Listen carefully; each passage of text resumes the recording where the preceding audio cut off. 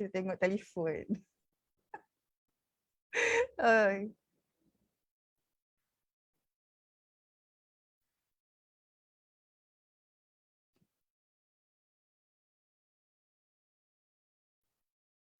Okey, Assalamualaikum warahmatullahi wabarakatuh kepada rakan-rakan semua. Alhamdulillah hari ini kita dapat bersama-sama sekali lagi dalam sesi pagi ni. Jadi sepatutnya pagi ni saya bersama-sama dengan Puan Roslina.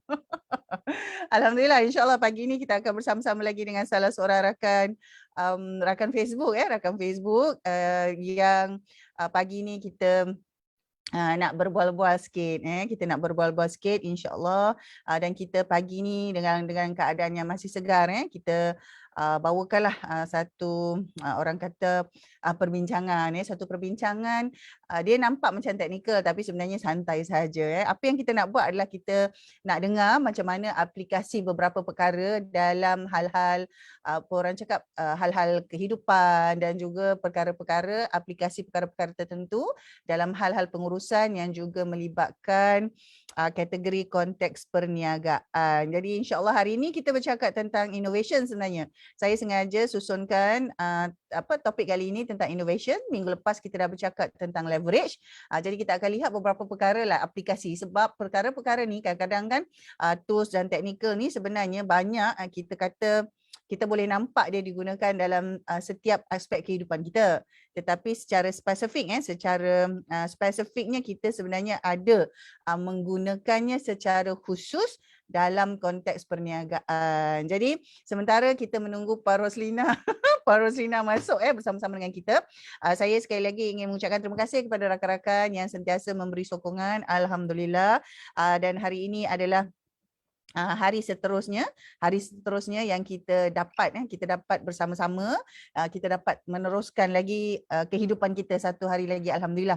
Kerana di luar sana kita tahu masih ramai lagi rakan-rakan kita yang menghadapi orang kata pelbagai cabaran, sama ada dilanda krisis kesihatan, keadaan kesihatan, keadaan kewangan dan situasi semasa yang dalam keadaan pelbagai. Jadi Puan Roslina dah ada? Puan Roslina dah ada? Okey, alhamdulillah. Okey Puan, apa khabar Puan hari ni? Waalaikumsalam, apa khabar Puan Nin?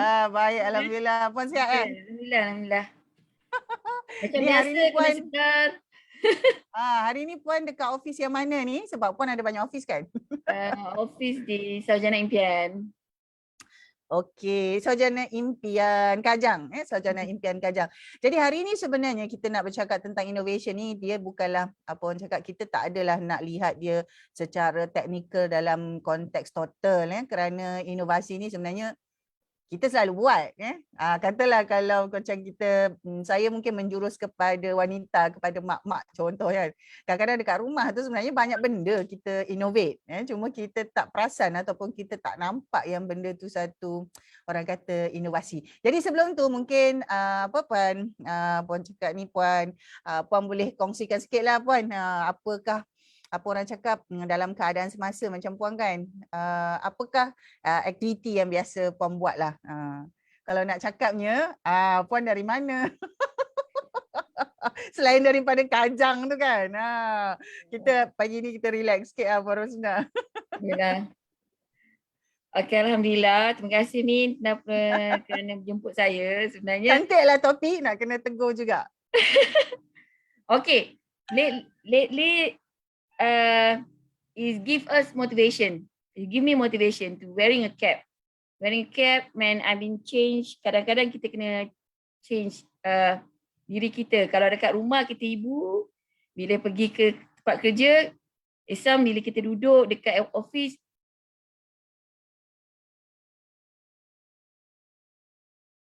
kita nak discuss dengan cikgu with the team, we are not CEO anymore. We are a team. So, slot change sebenarnya bagi saya inovatif tu bukan pada produk juga, pada diri sendiri juga lately. Kan, sebab kadang-kadang orang rasa macam inovasi kan, dia rasa macam terlalu teknikal.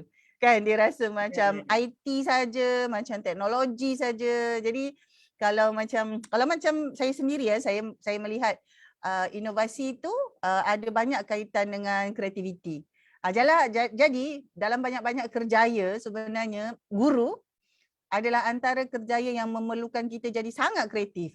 Kena Ya, buat betul. macam-macam kan, kena buat macam-macam. Jadi sebab saya dulu pun pernah mengajar, kena mengakulah kan, jadi cikgu tadika sampai 5 tahun kan. Jadi saya kata macam-macam kena buat, kena fikir macam mana nak attract attention, kena fikir macam mana nak jadikan seronok, macam-macam kena fikir.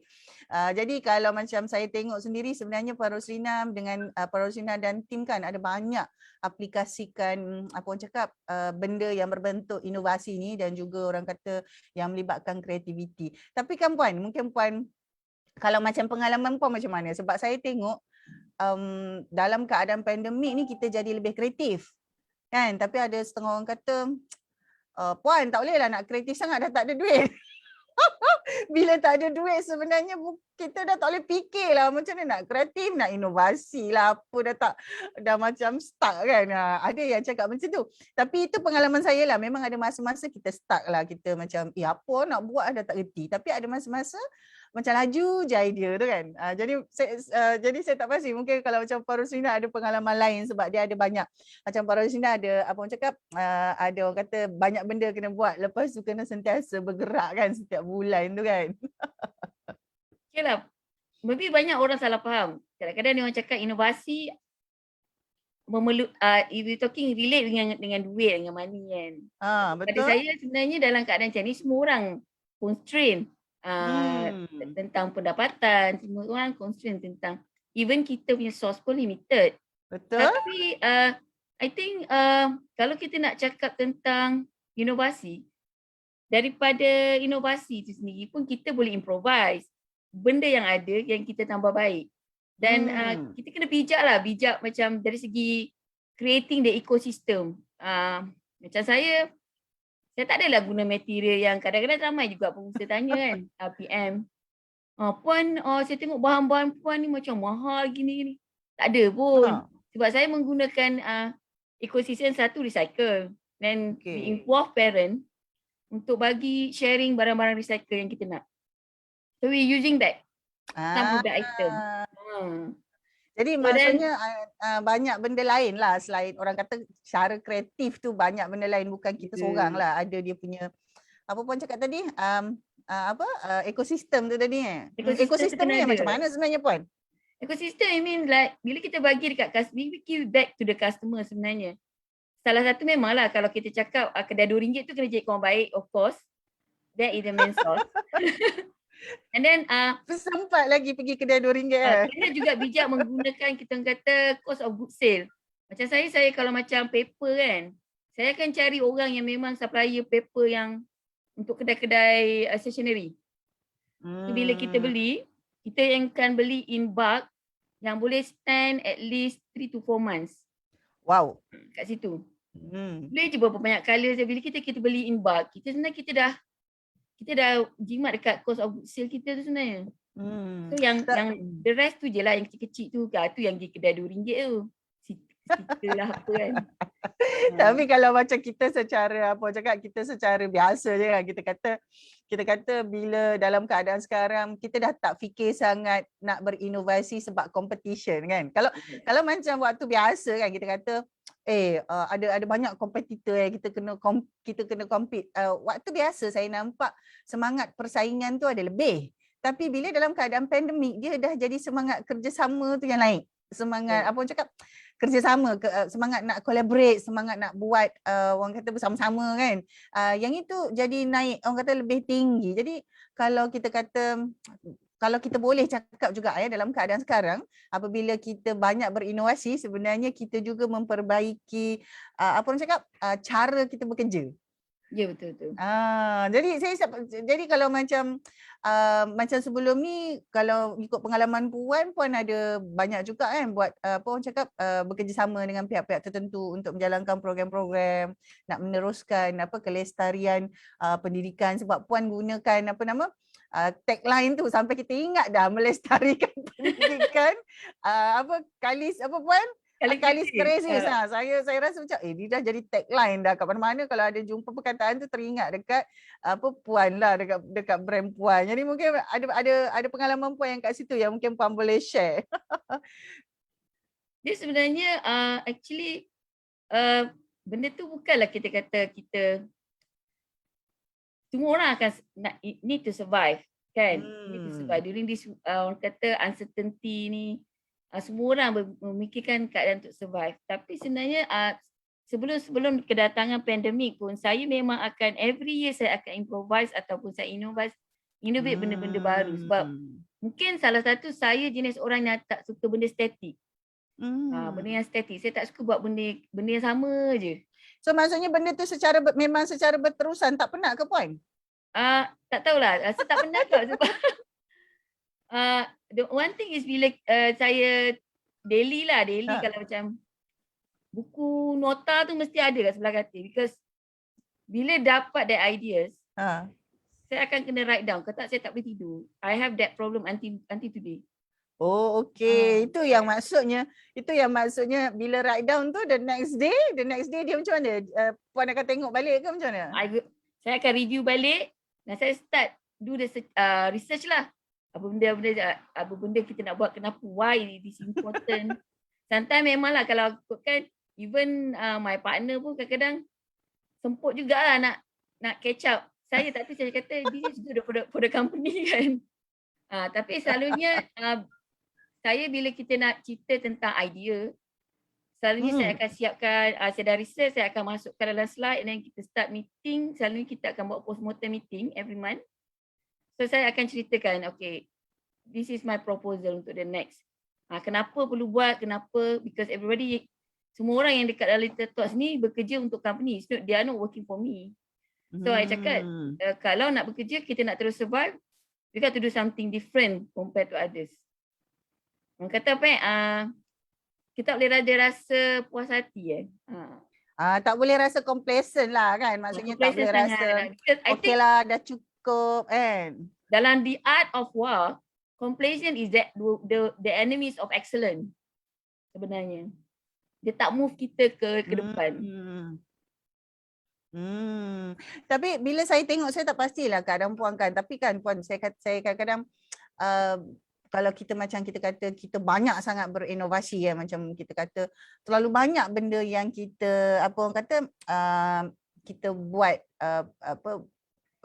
new kira-kira kita buat baru, maksudnya ada perkara-perkara baru yang kita perkenalkan tu yang saya kata tadi. Adakah dia menjadikan kita apa orang cakap penat kerana sentiasa nak kena buat itu, ataupun sebenarnya dia mencipta satu excitement, macam satu keterujaan yang berterusan. Jadi kalau macam tu, kalau ikut pengalaman puan, macam mana puan balance? Kalau macam, sebab kalau macam saya sebenarnya ada benda-benda tu saya kata ada benda-benda tu sebab bila kita nak innovate ni, kalau macam dalam perniagaan biasalah kita kata kita mungkin innovate kita punya produk, kita punya service, kita mungkin innovate kita punya business model, kita mungkin innovate kita punya processes, kita mungkin innovate kita punya cara apa buat marketing, buat sales, benda-benda macam tu kan. Jadi kalau macam saya lah, pengalaman saya bila ada inovasi baru tu, pada satu masa saya akan fokus pada satu bahagian dulu. Maksudnya tak sekaligus lah, katalah mungkin waktu ada keperluan waktu ni untuk innovate sistem ni. Contohlah sistem pendaftaran murid lah, contoh sistem nak dapatkan data lah contoh kan. Jadi mungkin ada benda-benda tu yang kita innovate. Jadi fokus pada satu bahagian pada satu masa. Kalau macam puan pula, puan buat macam mana? Pada saya sometimes saya buat jugalah benda tu macam sebab kalau kita kan currently ni kita nak muruskan satu projek pun, kalau cakap projek melestarikan pendidikan kala krisis ni, the first movement kita nak buat tu, benda tu sebenarnya terlalu terperinci.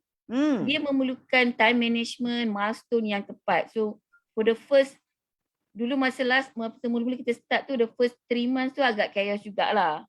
Sebab kita nak fokus banyak benda. And then kita tak tahu, and we are really zero tau. Yelah, benda kira macam benda baru kan. I think compare this year dengan last year yang saya cerita lah, saya balik pukul 3 pagi, 2 pagi kan. Tahun ni tak ada, macam rekod. Maksudnya bila benda tu dah biasa lah, first time kan. First time memang agak susah. Maksudnya ini dah kira macam dah normalize benda tu kan Puan? Normalize, yes. Tapi I rasa you kena macam saya memang saya akan fokus satu benda tu je lah. Kita okey kita nak buat ni, tapi daripada inovasi tu sendiri sebenarnya kita improvise dari segi sistem, dari segi kita nak mengolah benda tu menjadi lebih mudah day to day lah sampai sehingga hari ini instead of kita pukul 6 je kita dah balik rumah dah. That syarat, then kita aim for that. Then saya rasa dari segi kita nak improvise pun kita tambahkan aktiviti je, improvise je benda-benda yang sedia ada. Kita dah tak ada create lagi lah benda-benda baru. Tapi kita improvise and just focus. Dulu masa mula tu yelah kita macam I want to do this sebab nak try and error kan. But of course betul. When we learn from the mistake and the process, tu kita dah tahu okay this is supposed to be like this. So kita repeat every month until today. So kerja tu mesti macam 2 weeks, 2 minggu sebelum nak masuk bulan yang seterusnya. Dah ada? Kita dah siap dah. So kita dah ready untuk bulan yang seterusnya akan datang punya kerja. Kita tak akan buat kerja bulan September untuk September. Kita akan buat September untuk Julai. Untuk Oktober lah. Tapi saya tengokkan Puan, kadang-kadang kan bila kita kata kita banyak buat inovasi kan dalam apa yang kita lakukan kan, macam pengalaman saya mungkin berbeza daripada Puan kan. Bila kita cuba untuk berinovasi ni sampai satu masa, kita rasa apa orang cakap, ada dalam keadaan tertentu kita akan nampak kalau saya maintain dalam keadaan semasa, saya tak boleh dah nak berinovasi lagi.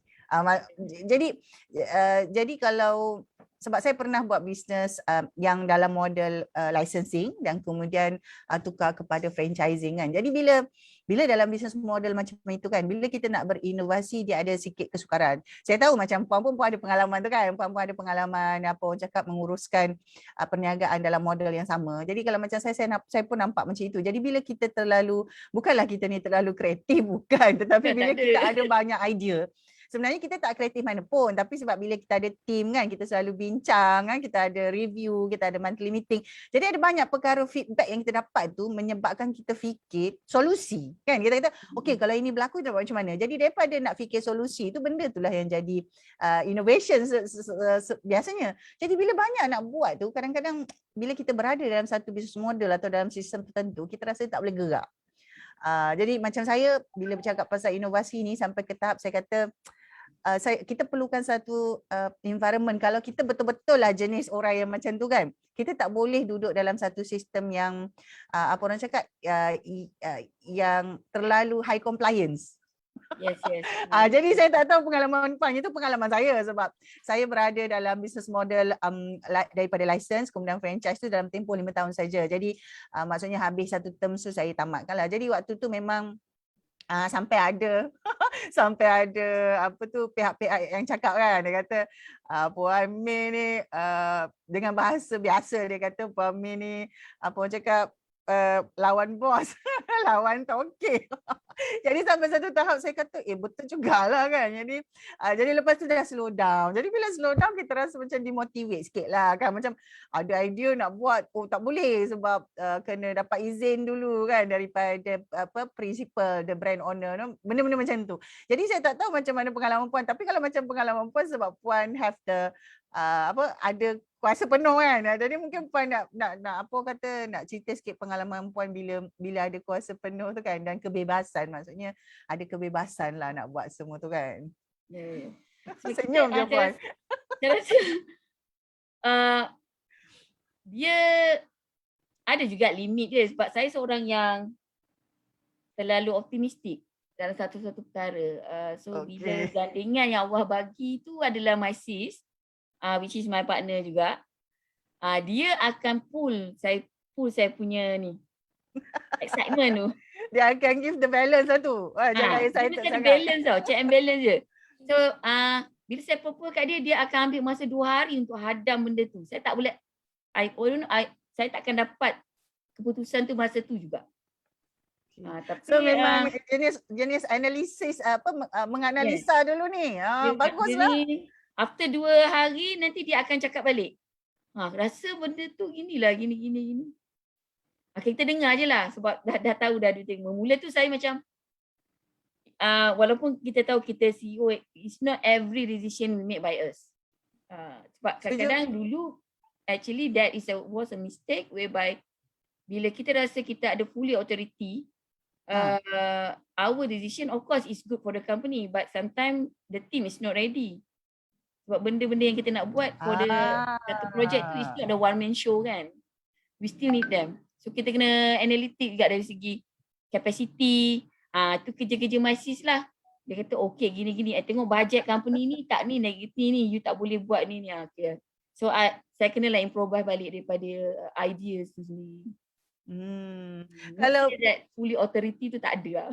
Tak ada tak ada sebab saya kadang-kadang saya duk fikir macam usahawan yang contohlah bila dia buka company dia ada 100% shares atau dia pegang majority share, kemudian macam puan cakap lah kita CEO company kita lantik diri kita sendiri, lepas tu kita pun bawa masuk orang berdasarkan apa yang kita fikir baik pada waktu tu. Jadi saya nampak macam dalam keadaan tu dia lebih bebas.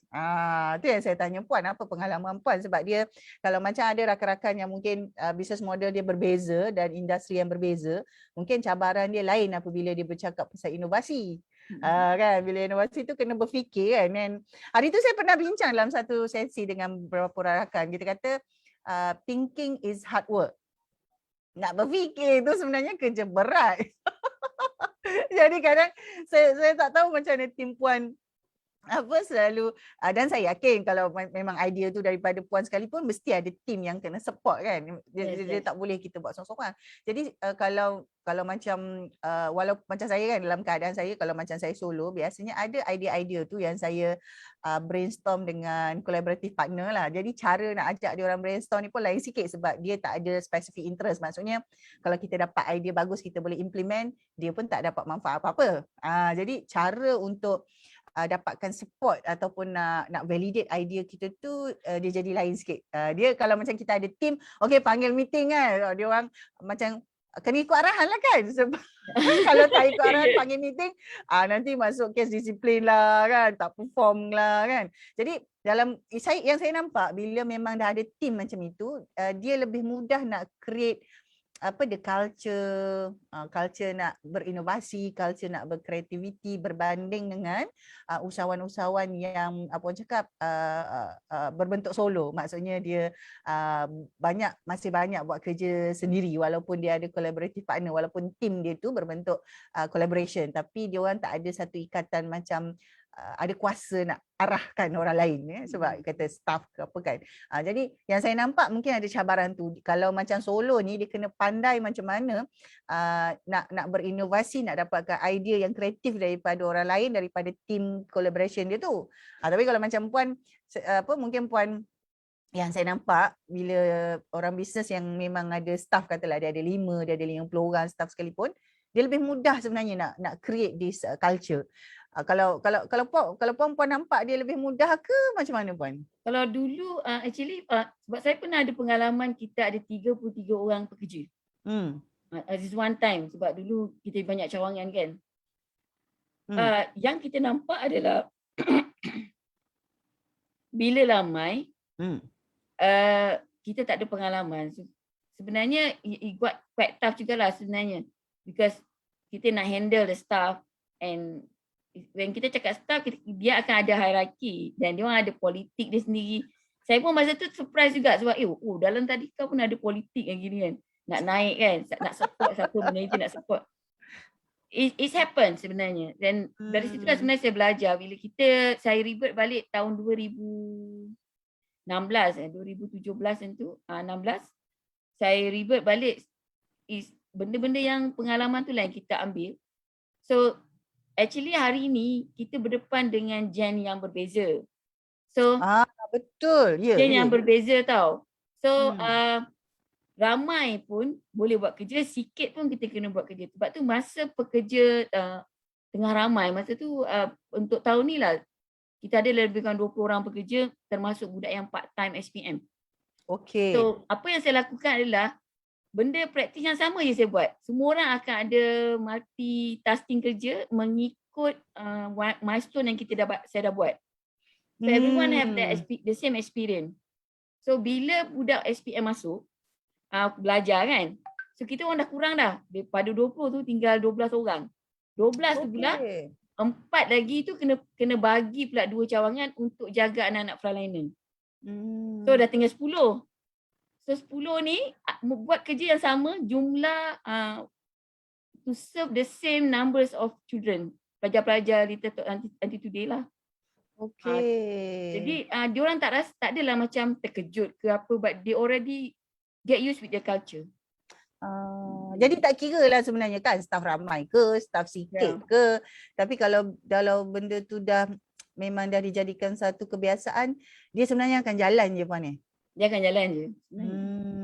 Sebab saya tengok pada satu ketika macam tahun lepas saya tengok sebenarnya kita di Facebook ni bila kawan-kawan update kan sebenarnya kita follow walaupun kita kadang-kadang tak sempat nak komen.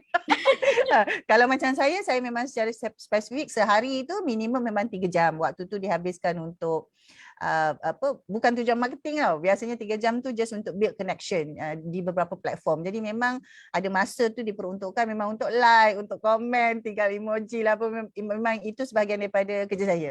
Jadi dia ada dia lain sikit lah sebab kadang-kadang ada orang tanya kenapa saya buat macam tu, kenapa saya buat macam ni. Sebab saya kata saya punya model bekerja berbeza, jangan tiru sebab orang lain ada cara lain. Macam ada setengah orang dia staff dia yang buat kan. Jadi benda ni orang kata berbeza lah. Jadi saya antara yang memerhatikan ramai rakan-rakan usahawan di FB dan antaranya memang saya follow Puan. Jadi saya tengok macam tahun lepas ramai rakan-rakan industri jemput Puan buat perkongsian dan kemudian Puan pun offer. Saya nampak Puan offer macam free sharing session macam tu kan.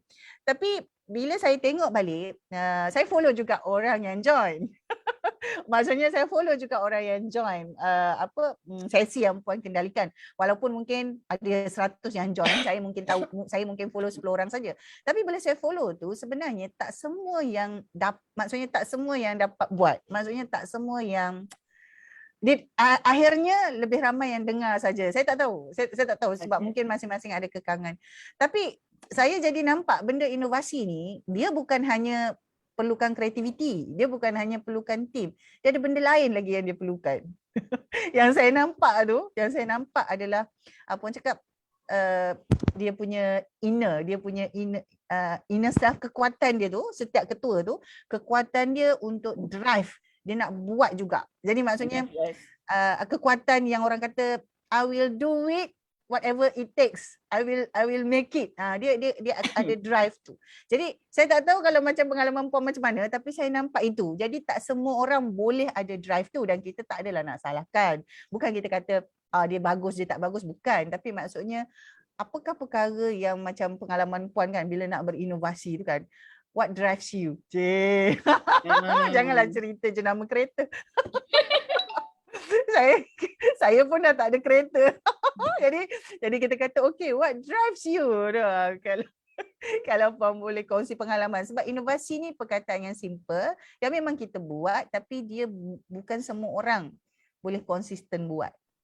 Saya pernah dengar dulu tahun 2000 berapa Puan ni cakap tentang self determination. Remember? That is beginning earlier 2012 kata. Lamanya. Self determination. That things actually yang sepatutnya ada pada setiap pengusaha ataupun bisnes kan. Dia kena berani lah. Saya jenis orang yang saya pernah jatuh. Kita pernah jatuh dan kita belajar. Kalau kita ada keberanian and normally bila kita ada self determination ni, keberanian, kita tak akan fokus pada benda kita ni menjadi mangsa. I mean banish this, orang kata kita nak banish lah apa mind yang kita rasa kita victim mangsa keadaan. Faham.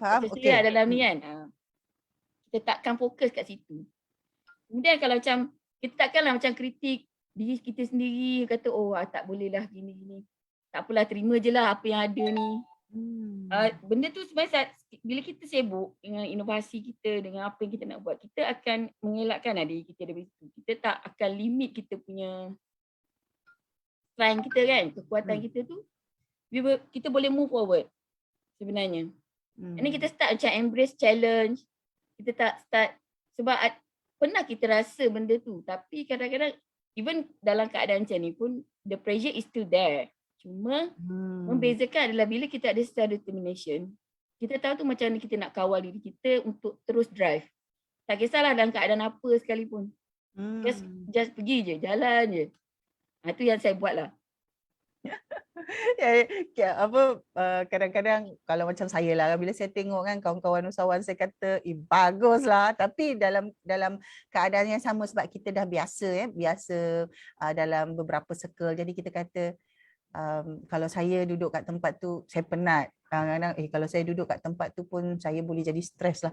Jadi kita boleh apa orang cakap, dalam keadaan tertentu kita boleh empathize. Tapi dalam banyak keadaan ni, contoh ada rakan-rakan pengusaha yang saya kenali masa saya dalam tempoh kuarantin hari tu tuan-puan. Maksudnya barulah saya betul-betul merasa dan faham betapa sukarnya kalau macam kita ada komitmen yang banyak dan kemudian kita jatuh sakit tu kan. Jadi bila ada kawan-kawan lain yang dalam perusahaan, tak kisahlah dia berniaga apa, bila dia cakap ada ahli keluarga yang kena kuarantin ataupun dia sendiri yang kuarantin, sampai ke tahap ada yang dimasukkan hospital, kita jadi dia ada dua keadaan. Kadang-kadang ada masa kita hanya boleh sympathize saja, tapi sebab kita tak faham, kita tak tahu apa sebenarnya keadaan yang sebenar. Kita boleh cuma jadi kalau kita nak kata aku fahamlah permasalahan kau pun tak boleh. Jadi at the end kita dengar je. Jadi dalam keadaan itu, saya ingat lagi waktu masa awal-awal pandemik hari itu, saya beritahu ramai orang, maksudnya ada kawan-kawan tu sehingga kan saya memang buat satu video khas masa tu. Saya kata kalau tak boleh nak teruskan dengan orang cakap memang dah tak boleh nak innovate apa-apa, maksudnya dah tak boleh nak create benda apa-apa langsung, berhenti saja pada waktu tu. Saya memang ada sebut sebab saya kata your health, kesihatan kita adalah lebih penting. Kesihatan kita lebih penting. Saya kata kalau betul-betul tak boleh, berhenti saja. Berhenti dulu, janganlah berhenti terus. Maksudnya berhenti dulu, ambil masa, kemudian buat balik. Itu antara option yang saya banyak bagi tahu sebab saya kata kalau dah tak boleh take it, don't force. Tapi ada setengah orang kata macam bila kita bincang pasal apa orang cakap apa kekuatan self determination, dia ada satu had, ada satu limit. Jadi pengalaman saya macam tu puan, ada usahawan-usahawan tak kira lah sama ada industri mana sekalipun, kalau dalam tempoh 30 minit bercakap dengan dia tu kita dah nampak bahawa ada isu lain yang dia tak boleh handle, memang saya cakap optionnya berhenti dulu. Berhenti dulu. Jadi lupakan tentang orang cakap, kau ni tak kuat lah, macam ni pun kau nak quit. Sebab hakikatnya tak kira lelaki atau perempuan, tapi yang banyak bercerita tentang keadaan kesihatan ni perempuan yang banyak bercerita, lelaki jarang. Dia katakan macam contoh tekanan, contoh pressure yang dia tak boleh handle, banyak yang bercerita ni perempuan. Lelaki ada tapi dia tak bercerita. Saya ada, tapi sebab saya punya klientel biasanya daripada 10, 2 orang saja lelaki. Jadi data saya tu sikit. Tetapi memang ada. Jadi saya kata kalau tak boleh handle, ni tak apa, berhenti dulu. Ambil masa, kalau terpaksa ambil 12 bulan sekalipun tak apa, lepas tu come back, plan balik. Ada lelaki macam tu sebab lelaki dia punya cabaran lagi besar sebab dia ketua keluarga. Jadi dia rasa burden tu lagi berat. Jadi kalau macam saya ambil pendekatan macam tu tau puan, there's a limit for everything because we are not perfect. Jadi bila bercakap tentang self determination, saya kata just be truthful, maksudnya kita tak apa kalau tak boleh buat macam Pak Roslina kata okey kita innovate cara lain. Jadi mungkin ada perkara-perkara lain yang kita buat bukan yang sama macam orang lain buat. Jadi kalau macam puan, pengalaman puan, how do you set that limit? Okay, talking about macam mana saya set that limit adalah dia memang kita tak asalah kita kata kita ni orang yang perfect apa kan, tak ada juga. There is certain time sebab selalu masalah kita adalah kita selalu macam perempuan kan emosi kan. Sudah balik dia buat macam saya memang jenis yang split saya punya business dengan saya punya private life saya. So even dekat macam masa awal-awal kita melancarkan projek melestarikan menarikkan Galactisis ni, kita punya pekerja, kita memang ada time out kita. Kita lah, okay this month, dia kata dia tak boleh take it lah, tak boleh lah, saya tak boleh. Benda tu baru, dia pressure tau. Dia tak boleh nak buat. So, every time kita nak buat postmortem atau kita nak buat the next month punya project, saya akan tanya dulu, who's in, who's out. Kalau siapa out, saya dah siap dah kertas, siap-siap sign. Ambil 1 month leave. Isolate yourself. So, I will do that. Tapi saya tak boleh lah nak isolate diri saya walaupun benda kalau saya isolate, projek tak jalan kan. Macam mana? So, but for me, bila saya ada satu limit yang as long as macam kadang-kadang yelah dengan anak-anak semua kan.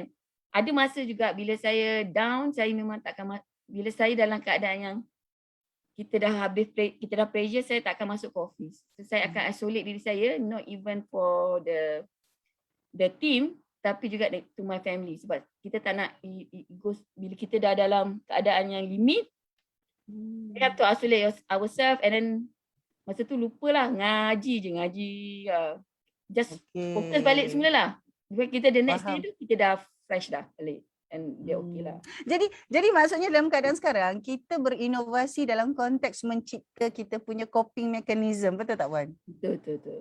Maksudnya tu yang saya kata, kadang-kadang bila kita cakap pasal inovasi ni kita tengok macam itu untuk bisnes. Itu untuk organisasi, itu untuk syarikat. Aku mana ada bisnes dia katakan. Jadi dia dah tak rasa inovasi tu sebahagian daripada kehidupan dia. Jadi salah satu perbincangan ni kalau macam perbincangan pagi Khamis ni saya sebenarnya nak bawakan pendekatan di mana benda ni semua sebenarnya kita apply dalam kehidupan. Minggu lepas saya berbincang pasal leverage. Jadi kita bincang juga banyak macam kita leverage. Macam saya dekat rumah leverage dekat anak-anak. Saya ada bercakap dengan anak saya kata, mak ambil kesempatan. Dan saya kata, yelah. Saya mengaku. Tapi sebenarnya dalam bahasa teknikal kita sebut leverage. Jadi kalau macam perkataan innovation ni kan, dia macam canggihnya kan, macam ICT sangat kan.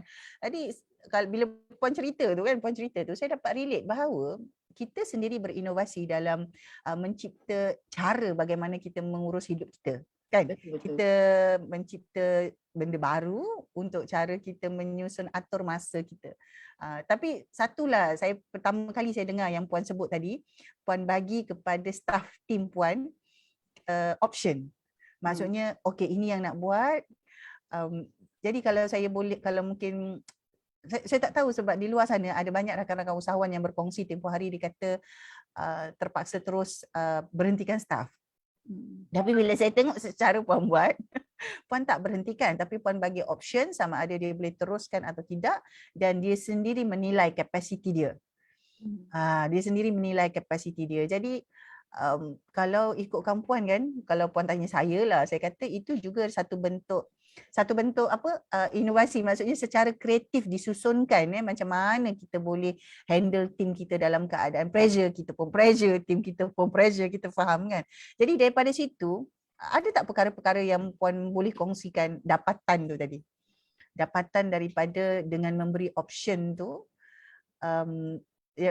dengan memberi option tu, perkara apa yang Puan lalui tu sebenarnya? Apa yang Puan dapati, pemerhatian tu?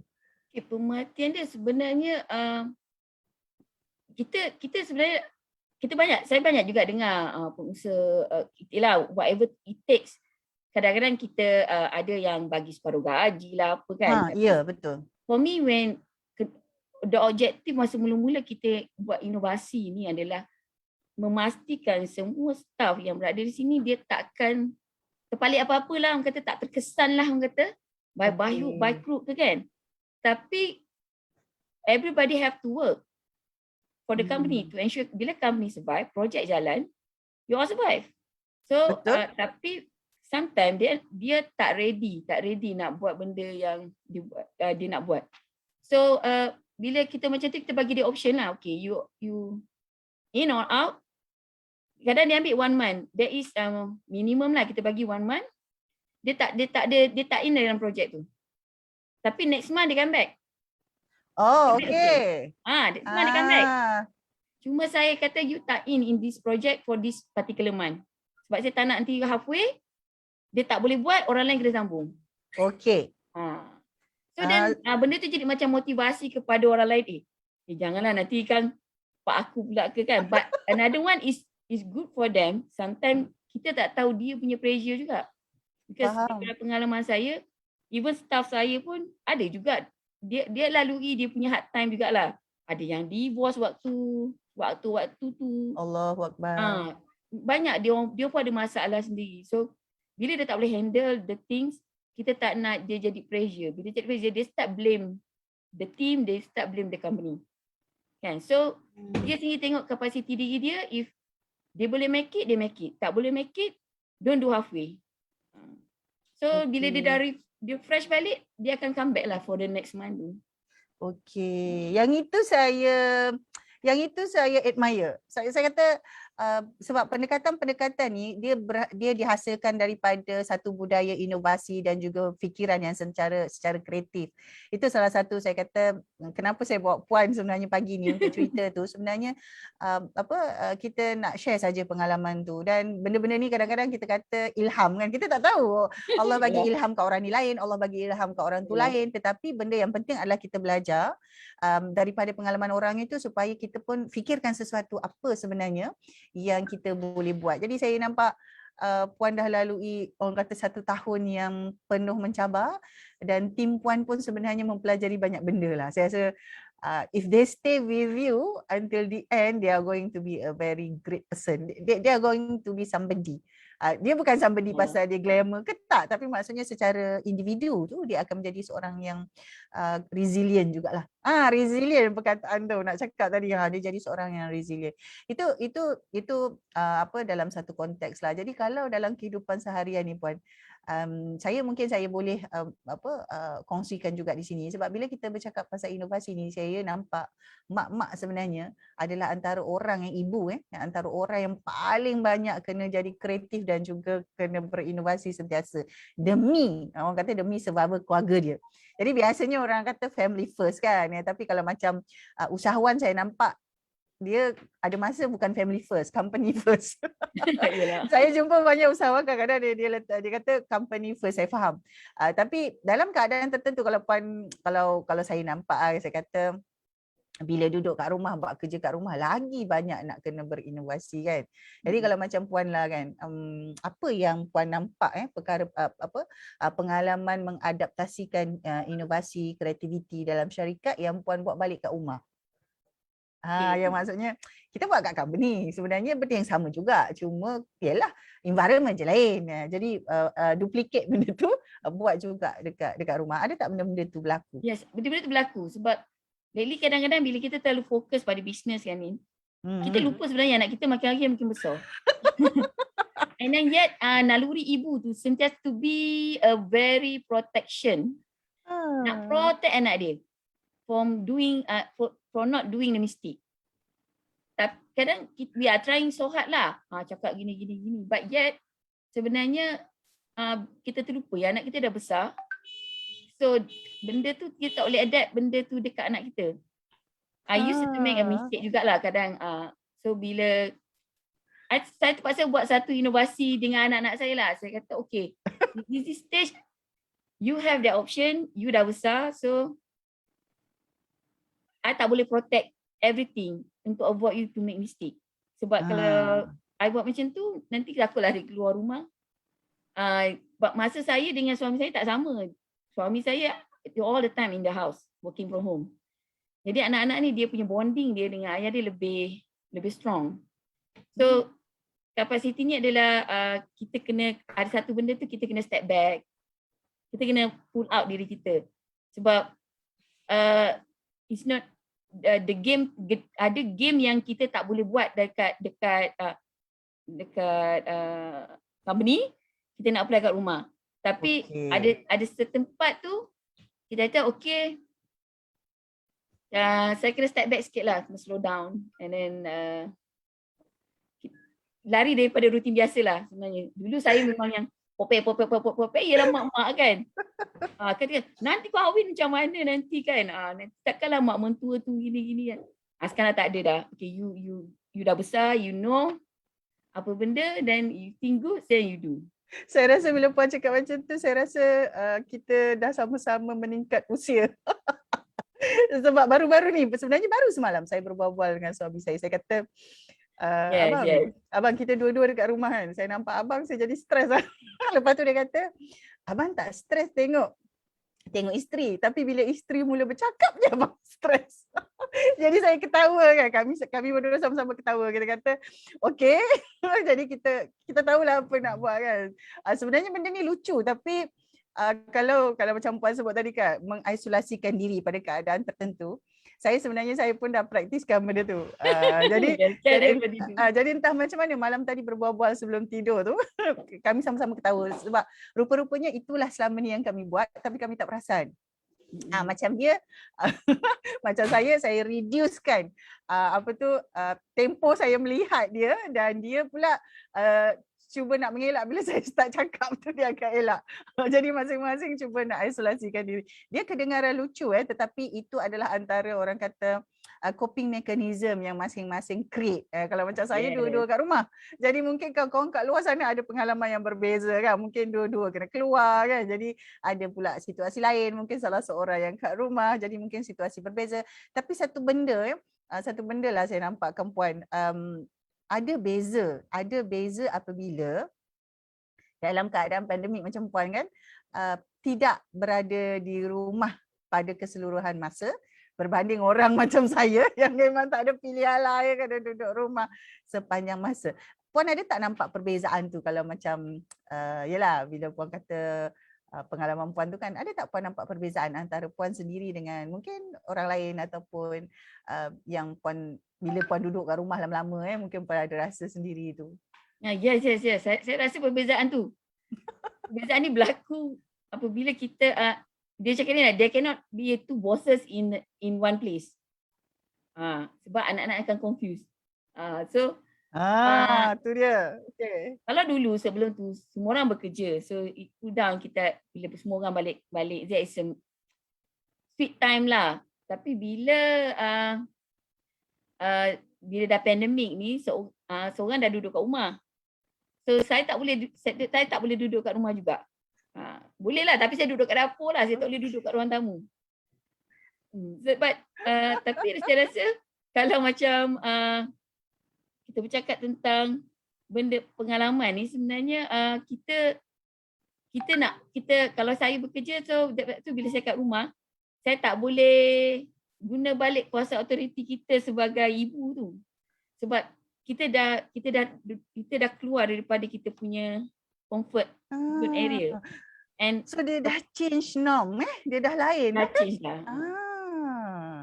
Dia dah tak sama dah. So sebab kalau ikutkan saya seorang yang sangat tegas. Saya kalau saya cakap give and take mesti ada kat rumah. Tapi bila kita dah tukar rutin tu, dah berbeza selepas pandemik, orang lain yang run the house. So saya tak boleh goes to the limit lah. Macam tu. Tapi kalau saya ada masa kat rumah tu, most of the time saya melayan anak kecil saya tu. So kita tak adalah kacau sangat. Tapi memang kalau saya duduk rumah tu, saya tak boleh nak buat benda lain. Banyak benda boleh buat, tidur je lah. Okey, salah satu perkara sebenarnya hari ni sebelum kita kata sebelum kita kata kita nak wrap up ni, antara perkara lain bila bercakap pasal orang kata inovasi ni, dia ada banyak kaitan lah. Macam saya tengok bila ada satu ketika kan, awal-awal tu memang nampak macam mencabar sikit tapi sekarang dah nampak smooth. Antaranya Puan, kita kata bila kita bertukar, macam tadi kan, dah tukar norm. Sebelum ni kita ada banyak kuasa kat rumah tapi oleh kerana kita keluar, jadi dah lain sikit, kita kena adapt. Jadi salah satu lagi perkara adalah apa yang kita kata yang new norm ni, apabila kita dah perlu banyak kita orang kata high percentage of moving from bersemuka cikgu-cikgu ni bersemuka dengan anak-anak, dengan cikgu-cikgu ni perlu berkomunikasi dengan anak-anak secara online. Jadi kalau Puan tengok kan, kalau Puan nampak kan perkara ni, kalau tanya saya sebenarnya sampai satu masa saya rasa nanti bila nak keluar dia ada dua. Memang anak-anak dan parents kita sendiri excited nak keluar. Kan excited, bila sekolah buka nak jumpa cikgu, memang excited, tapi pada masa yang sama tahap excitement tu dengan tahap fear tu dia macam sama lah pula. Dia macam yes, it was happen. Dia macam sama. Takut juga. Jadi kalau macam baru-baru ni kan, macam baru-baru ni seorang kawan saya pun up juga dekat Facebook, dah lama sikit dia diam, dekat seminggu dia diam, lepas tu baru dia up, rupa-rupanya tadika ada anak yang positif COVID, lepas tu ada isu keluarga lah, kesihatan salah seorang orang tua dia kan, jadi kata oh patutlah dia senyap, lepas tu dia update, so kita pun bagi support lah kan. Jadi bila saya dengar tu saya kata, ui cabaran juga.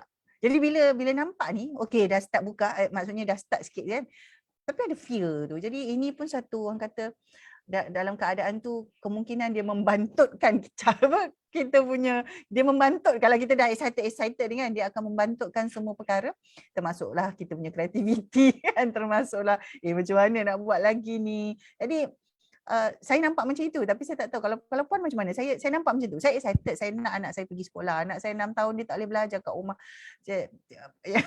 Dia tak boleh, ya Allah. Memang terpaksa cakap dengan cikgu, sampai cikgu pun kesian, tak apalah bayar. Sepatutnya ada satu amount untuk masuk kelas online, tak apalah.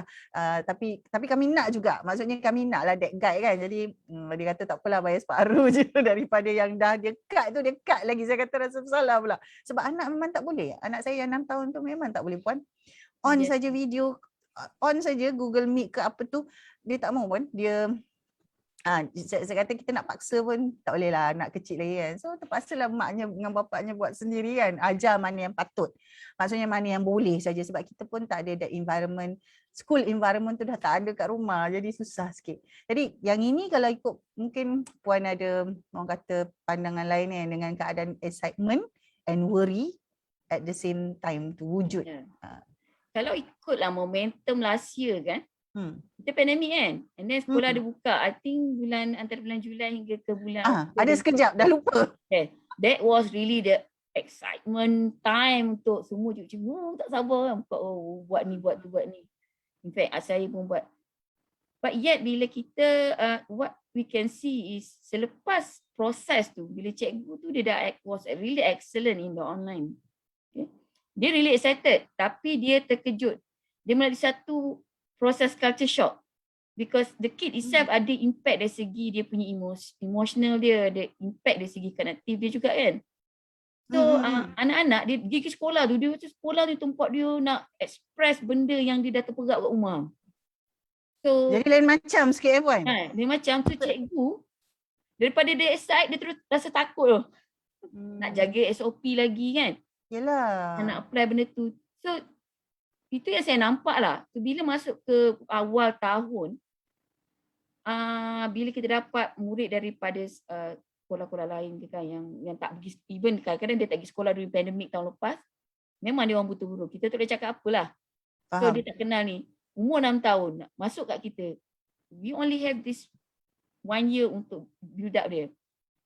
So kita nampaklah for the first 3 months tu ada je cikgu-cikgu yang dia sebelum ni bagus dekat online, tapi bila come to the physical, momentum dari segi motivasi, momentum dari segi energi dah tak ada dah. And then in fact dia akan cakap, tak tahu lah Puan, saya dah hilang passion, because dia nak cater behavior budak tau. It will really impact. So itulah yang kita sekolah sampai bulan 6 kan. Bulan 6. Sekejap. Sekejap. So ini kita dah lama balik semula. Sebenarnya kita balik je daripada circle yang sama tahun lepas. Betul, saya faham. So kita faham ada juga murid yang dalam 5%, 10% tu dia memang tak boleh dekat online. Memang tak boleh. So nak tak nak kita kena tolong juga dia. Tapi kita dah praktis lah macam dari segi SOP untuk jaga anak frontline and extension ni memang dah okey. So katalah ni nak buka, katalah saya tak assume pun dia akan buka dalam masa terdekat. Tetapi untuk kita bantu budak dan praktis guru-guru ni, kita dah mula buat pendekatan, okey, call balik parents, tanya dia if dia okay, then we start doing the booster class for pre-primary. So if they want, they boleh might join on the Saturday. So kita macam team kita Saturday sebenarnya dia untuk sebulan dia ada 2 kali cuti hari Sabtu lah, 2 hari bekerja. So daripada 12 orang tu team, dia pecah kepada 2 team 6-6, so dia masuk tak minggu lah. Ada team dia bergiling, dia tukar-tukar pengiliran. So Satu is because kita kena check dulu, try and error. Either they are ready or not. Saya dah bagi dia orang khusus what we do ni, then kita akan bagi dia task, kita nak tengok. Dia ready ke tak ready. Dalam skop yang kecil je. Satu cikgu satu je. So jaga je SOP, then bantu budak tu. Let's say if they manage to do, and for me kalau you dah pergi advance, kenapa you nak patah balik benda yang lama? So either you want to use the technique as your advantage. Sometimes kita memang kena either kita change the rules untuk kita buat satu benda yang lebih baik lah. So actually sebelum ni pun kita orang dah start nak buat, tapi because the PKP kita tak dapat buat that hybrid tu. So kita semua online sekarang kan. So now kita try buat tapi dalam kapasiti yang kecil lah, just untuk budak yang 6 tahun saja untuk bantu. We see it first, how is it? Kalau okay means it might be mulai tahun depan saya tak mungkin akan buat benda yang sama kita buat pada last year. Sebab kita nampak memang budak memang tak boleh dengan kapasiti nak jaga SOP. Kita tak boleh buat grup yang besar, cikgu kat depan cakap-cakap dah tak ada dah. Dah tak boleh dah. Betul. In fact, kita sebenarnya dah train cikgu berapa tahun? 2 tahun. Dia ada satu budaya dan everything is dah ready. So takkan dia nak buat macam dulu punya cikgu kan. Kena buat lesson plan, kena prepare, semua dah tak boleh dah. So sama ada kita inovasi kan satu perkara baru dari segi change the system. Change the system then get agreement with the parents. Sama dia setuju tak dengan kita punya cadangan. Because dia pun ada fear, kita pun ada fear, tapi at the same time kita tak nak hilang customer. Kita kalau boleh tak nak allow dia kata, tak payah hantar sekolah kan. Betul. Tapi kita bagi satu cadangan lah. Okay, let's try the hybrid first. We see it, how is it. So starting daripada bulan ni, kita dah start practice the hybrid. But only for those capacity yang macam anak-anak puan lah, yang memang tak boleh online ni, dah tak boleh dah. Tak tahu nak cakap. Berguling-guling. Cikgu saya ambil hari Sabtu lah. So saya ambil hari Sabtu. So kita tengok dulu. Okey tak? Impact tak benda tu? Sebab saya rasa kita dah tak boleh sebenarnya nak balik yang dekat lama, cara lama. Sebab actually budak-budak ni pun dah quite advanced. And nak hilangkan satu habit yang ambil masa 2 tahun, tempoh 2 tahun budak-budak ni duduk rumah. It's not that easy lah sebenarnya. Betul. Saya setuju yang tu Ban. Saya setuju. Dia bukan budak-budak saja, kita sebenarnya, kita pun. Takkan kita nak buat macam dulu juga kan. So budak-budak ni dah tak boleh nak fokus. So the only way kita akan kekalkan kids learning. Kita akan kekalkan dari segi high tech. Cuma dari segi kapasiti penggiliran dan juga online tu masih dikekalkan tahun depan. Kita tak ada macam tahun lepas kita memang shutdown terus kan. Kita terus shutdown. Kita tak guna pun apa yang kita dah apply. Tapi impactnya at the end of the day, kita lose kita punya guru-guru sebab just because of motivation dia orang penat and the stress. So either we change the system or we lose our team. Betul. Satu yang important sebenarnya. Kena buat keputusan lah ni kan. Saya kadang-kadang bila dengar usahawan bercerita pun saya kata dengar pun berat saya katakan. Jadi tapi apa kan kita kena buat juga kan. Dengar pun berat, sama ada nak pilih 1, 2 kan, nak pilih tengah-tengah susah dah. So selalunya saya cakap dengan tim, okay, let's practice first. We see how is it. If okay, then we try to balance or kita tambah baik kan. Dari apa yang kita nak plan tu. Kalau okey then okey lah kita teruskan. Sebab kalau kita kata kita nak buat macam dulu dah tak boleh dah kan. Betul. So let's do something different. But orang kata apa kalau kita dah tahu kita punya kerja tu excellent. Guru-guru dia tahu lah kerja dia very excellent. Doing whatever things yang kita nak. Betul. And kita think big and we execute well. This all time frame. So then insyaAllah lah, we will be high demand. Kalau kita buat praktis benda tu kan. Cuma kadang-kadang semua orang macam akan rasa, boleh ke? jadi ke kan. Tapi itulah buat dulu kan. Buat Buat dulu. dulu. Buat Gagal tu dulu. kadang masalah kita fear adalah because kita takut gagal. Sebenarnya gagal tu bagus untuk kita improvise balik apa yang kita patut buat. Dia tak seperti kata bila kita kata first try gagal, then second try we fail again. But we keep moving lah sebenarnya. Sebenarnya daripada gagal tu lah kita buat tambah baik. Cuma kita kita nak balik semula dan nak ikut pada situasi semasa memang susah lah. Sebab in fact sebelum pandemik, sebelum kita PKP pun, the first 2 months tu kita strive, kita dah rasa dah sebenarnya impact tu sebab parent fear nak hantar anak ke sekolah. So I was thinking macam saya dah mula fikir, kita kena rekod balik lah sebab I rasa untuk kekalkan parent yang fear ni, dia kena je hantar belajar anak dia. That's why kita launching balik melestarikan pendidikan kala krisis ni secepat yang mungkin lah untuk supaya budak-budak yang kat rumah tu dia tak ni. Tapi kita nampak culture-nya adalah kalau customer kita fear nak hantar anak, so kita akan jumpa benda ni tau. By nanti kita nak buka sekolah kan. Sebab anak ni tak vaksin lagi. Ya, betul. So Betul. takkan kita nak buka juga buat macam dulu juga. Masalah yang sama je. Kita akan hadapi. Ya. Betul, betul. If we know that thing is a mistake, kenapa kita nak pergi buat balik benda tu kan? Faham. Jadi saya harap perkongsian hari ini akan dapat sampai kepada rakan-rakan di luar sana. Kalau tak tonton waktu sekarang, biasanya ramai yang menonton sebenarnya selepas daripada waktu siaran. Jadi saya ucapkan terima kasih banyak Puan Roslina, dah 1 jam dah ambil masa Puan pagi ni. Jadi alhamdulillah pagi-pagi bagi input berat. Pagi ya rasa macam input berat pula rasa macam kalau orang macam kadang-kadang saya banyak orang pengusaha call tanya kan, Puan saya nak tutup, saya tak boleh nak ni. Saya nak tutup, saya kata you nak tutup atau nak jual, siapa nak beli waktu time ni? So sebelum buat keputusan kena fikir dulu sebab bisnes ni nak buat pun susah, nak jalan pun susah, nak tutup pun susah. Betul. Setuju. Tapi insyaAllah lah kalau sebenarnya kalau macam saya kalau dia orang call saya ke apa, kita cubalah bantu dia.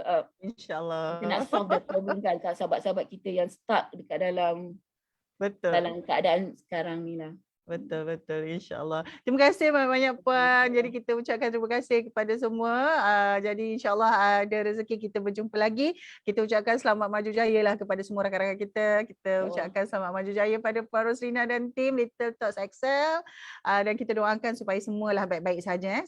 Semua terima kasih Puan Min. Assalamualaikum warahmatullahi wabarakatuh. Terima kasih banyak. Assalamualaikum.